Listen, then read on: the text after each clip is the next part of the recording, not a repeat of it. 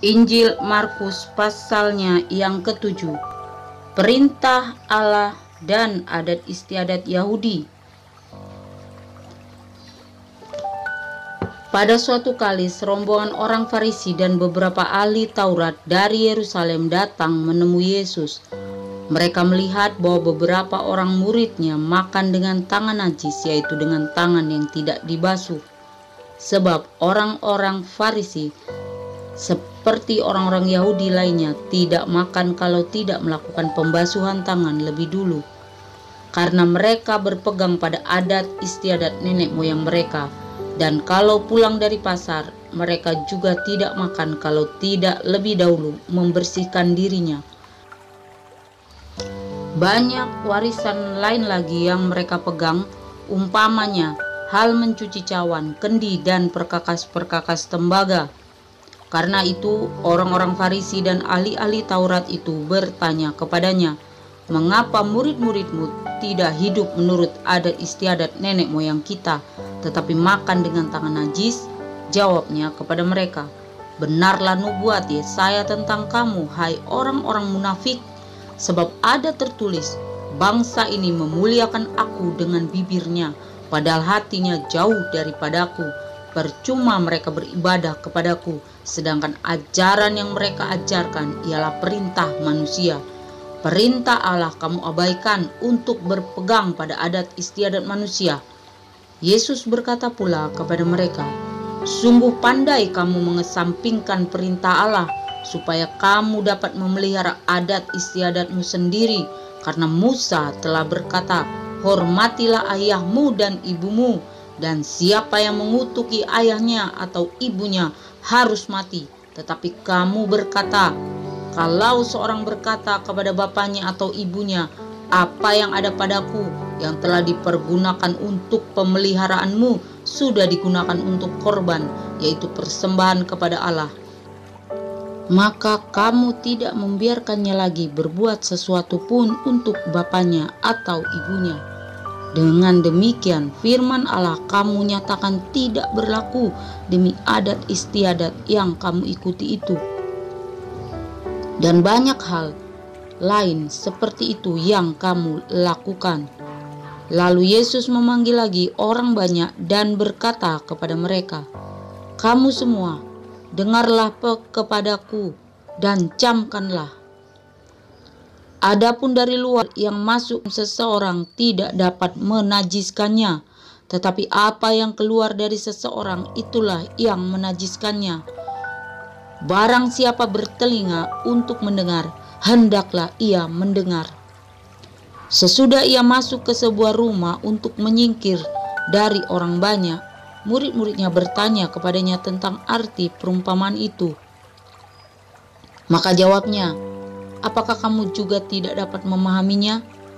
Tidak tahukah kamu bahwa segala sesuatu dari luar yang masuk ke dalam seseorang tidak dapat menajiskannya, karena bukan masuk ke dalam hati tetapi ke dalam perutnya, lalu dibuang di jamban? Dengan demikian ia menyatakan semua makanan halal." Katanya lagi, "Apa yang keluar dari seseorang itulah yang menajiskannya, sebab dari hati orang timbul segala pikiran jahat, percabulan, pencurian, pembunuhan, perzinahan, keserakahan, kejahatan, kelicikan, hawa nafsu, iri hati, hujat, kesombongan, kebebalan. Semua hal-hal jahat ini timbul dari dalam dan menajiskan orang." Perempuan Siro-Fenisia yang percaya. Lalu Yesus berangkat dari situ dan pergi ke daerah Tirus. Ia masuk ke sebuah rumah dan tidak mau bahwa ada orang yang mengetahuinya, tetapi kedatangannya tidak dapat dirahasiakan. Malah seorang ibu yang anaknya perempuan kerasukan roh jahat segera mendengar tentang dia, lalu datanglah dan tersungkur di depan kakinya. Perempuan itu seorang Yunani bangsa Siro-Fenisia. Ia memohon kepada Yesus untuk mengusir setan dari anaknya. Lalu Yesus berkata kepadanya, Biarlah anak-anak kenyang dahulu, sebab tidak patut mengambil roti yang disediakan bagi anak-anak dan melemparkannya kepada anjing." Tetapi perempuan itu menjawab, "Benar Tuhan, tetapi anjing yang di bawah meja juga makan remah-remah yang dijatuhkan anak-anak." Maka kata Yesus kepada perempuan itu, "Karena kata-katamu itu, pergilah sekarang, sebab setan itu sudah keluar dari anakmu." Perempuan itu pulang ke rumahnya, lalu didapatinya anak itu berbaring di tempat tidur, sedang setan itu sudah keluar. Yesus menyembuhkan seorang tuli. Kemudian Yesus meninggalkan pula daerah Tirus dan dengan melalui Sidon pergi ke Danau Galilea di tengah-tengah daerah Dekapolis. Di situ orang membawa kepadanya seorang yang tuli dan yang gagap dan memohon kepadanya supaya ia meletakkan tangannya atas orang itu. Dan sesudah Yesus memisahkan dia dari orang banyak sehingga mereka sendirian, ia memasukkan jarinya ke telinga orang itu. Lalu ia meludah dan meraba lidah orang itu. Kemudian sambil menengadah ke langit, Yesus menarik nafas dan berkata kepadanya, "Efata," artinya terbukalah. Maka terbukalah telinga orang itu, dan seketika itu terlepas pula lah pengikat lidahnya. Lalu ia berkata-kata dengan baik. Yesus berpesan kepada orang-orang yang ada di situ supaya jangan menceritakan kepada siapapun juga, tetapi makin dilarangnya mereka, makin luas mereka memberitakannya. Mereka takjub dan tercengang dan berkata, "Ia menjadikan segala-galanya baik, yang tuli dijadikannya mendengar, yang bisu dijadikannya berkata-kata." Injil Markus pasalnya yang ke-8. Yesus memberi makan 4.000 orang. Pada waktu itu ada pula orang banyak di situ yang besar jumlahnya, dan karena mereka tidak mempunyai makanan, Yesus memanggil murid-muridnya dan berkata, "Hatiku tergerak oleh belas kasihan karena orang banyak ini. Sudah 3 hari mereka mengikuti aku, dan mereka tidak mempunyai makanan. Dan jika mereka kusuruh pulang ke rumahnya dengan lapar, mereka akan rebah di jalan, sebab ada yang datang dari jauh." Murid-muridnya menjawab, "Bagaimana di tempat yang sunyi ini orang dapat memberi mereka roti sampai kenyang?" Yesus bertanya kepada mereka, "Berapa roti ada padamu?" Jawab mereka, 7.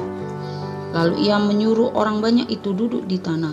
Sesudah itu ia mengambil ke-7 roti itu, mengucap syukur, memecah-mecahkannya dan memberikannya kepada murid-muridnya untuk dibagi-bagikan, dan mereka memberikannya kepada orang banyak. Mereka juga mempunyai beberapa ikan, dan sesudah mengucap berkat atasnya, ia menyuruh supaya ikan itu juga dibagi-bagikan, dan mereka makan sampai kenyang.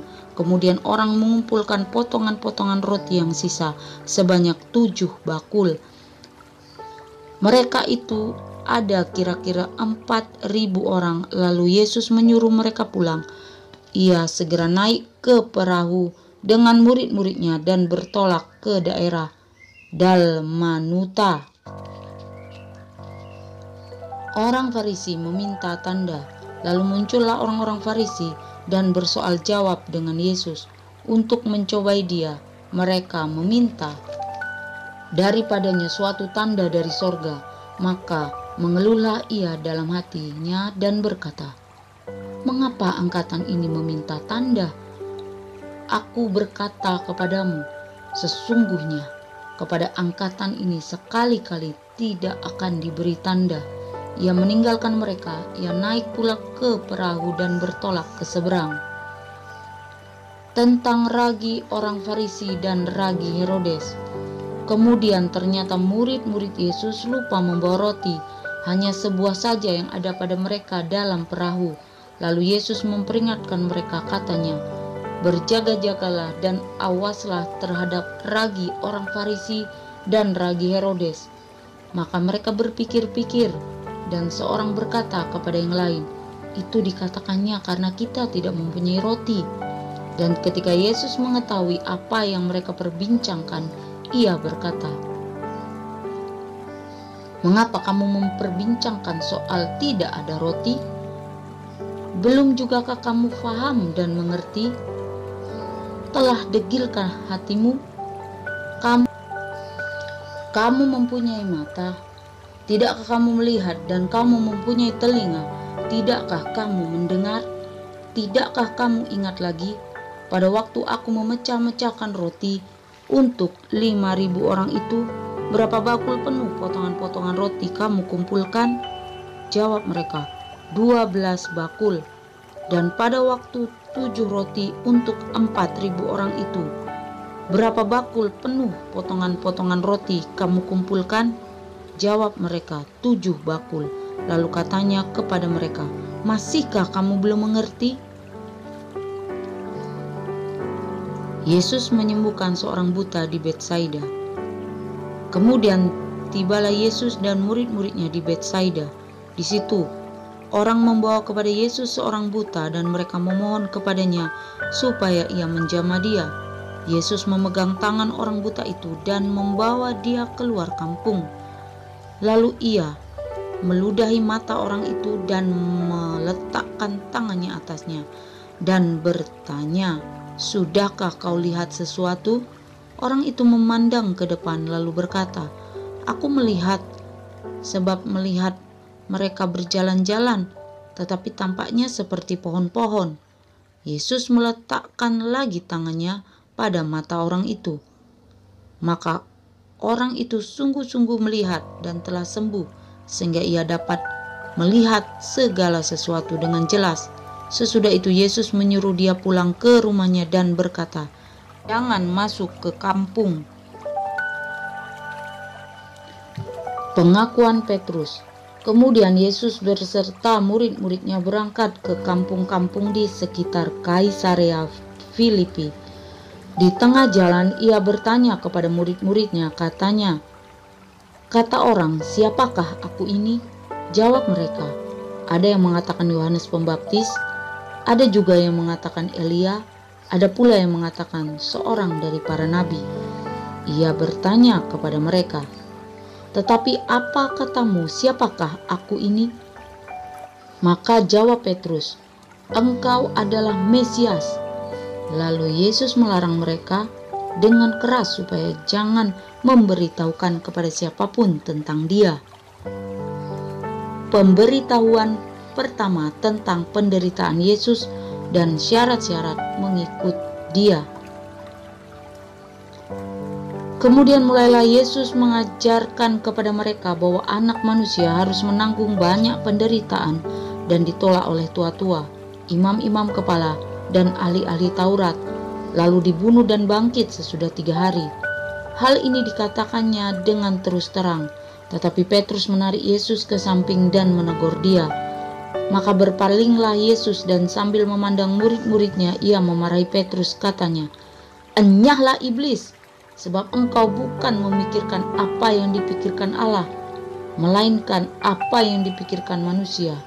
Lalu Yesus memanggil orang banyak dan murid-muridnya dan berkata kepada mereka, "Setiap orang yang mau mengikut aku, ia harus menyangkal dirinya, memikul salibnya dan mengikut aku. Karena siapa yang mau menyelamatkan nyawanya, ia akan kehilangan nyawanya. Tetapi barang siapa kehilangan nyawanya karena aku dan karena Injil, ia akan menyelamatkannya. Apa gunanya seorang memperoleh seluruh dunia, tetapi ia kehilangan nyawanya? Karena apakah yang dapat diberikannya sebagai ganti nyawanya? Sebab barang siapa malu karena aku dan karena perkataanku di tengah-tengah angkatan yang tidak setia dan berdosa ini, anak manusia pun akan malu karena orang itu apabila ia datang kelak dalam kemuliaan Bapanya, diiringi malaikat-malaikat kudus." Katanya lagi kepada mereka, "Aku berkata kepadamu, sesungguhnya di antara orang yang hadir di sini ada yang tidak akan mati sebelum mereka melihat bahwa kerajaan Allah telah datang dengan kuasa."